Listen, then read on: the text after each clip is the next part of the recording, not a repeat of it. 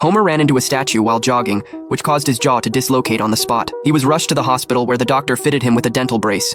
He was told that Homer wouldn't be able to speak for a while, and he couldn't eat solid food either. Upon hearing this, Homer immediately thought about ending his life, but luckily Marge stopped him just in time. When he got home, Homer wanted to eat steak, but his teeth were fixed in the brace. With no other choice, he ended up sucking the steak through his nose. The next day, Homer went to the bar for a drink, just as Duffman was hosting a prize trivia contest. Homer quickly figured out the answer, but since he couldn't speak, no one understood him. He twisted open a beer to get their attention, which made Moe furious.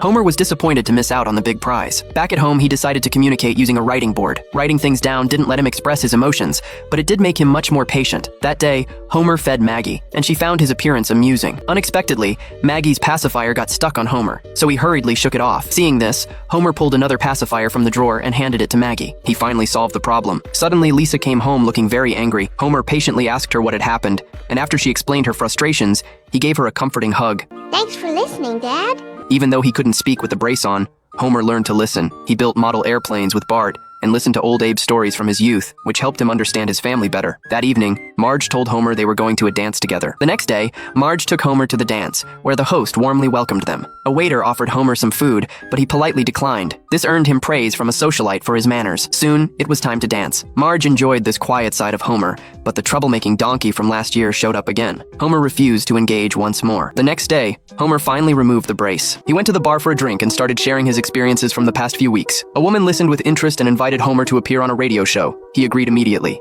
On the day of the recording, the host gave a brief introduction and invited Marge and Homer on stage. The host asked Marge what the most noticeable change in Homer had been. Marge explained that Homer used to refuse to listen to her at all, and she showed the audience a video from that time. Marge urged Homer to stop doing reckless things, and he promised her he would. After that, Homer always kept his room tidy, and the house became very quiet. Marge felt a little uncomfortable with the sudden calm, but Homer had become very gentle. One night, Marge couldn't sleep, so she decided to do something to bring back the household's old energy. A gust of wind blew a demolition derby flyer into her hands. Seeing this, she decided to enter the contest. Late at night, Marge drove Homer's car to the race venue, where many cars were gathered. When the referee gave the signal, the race began.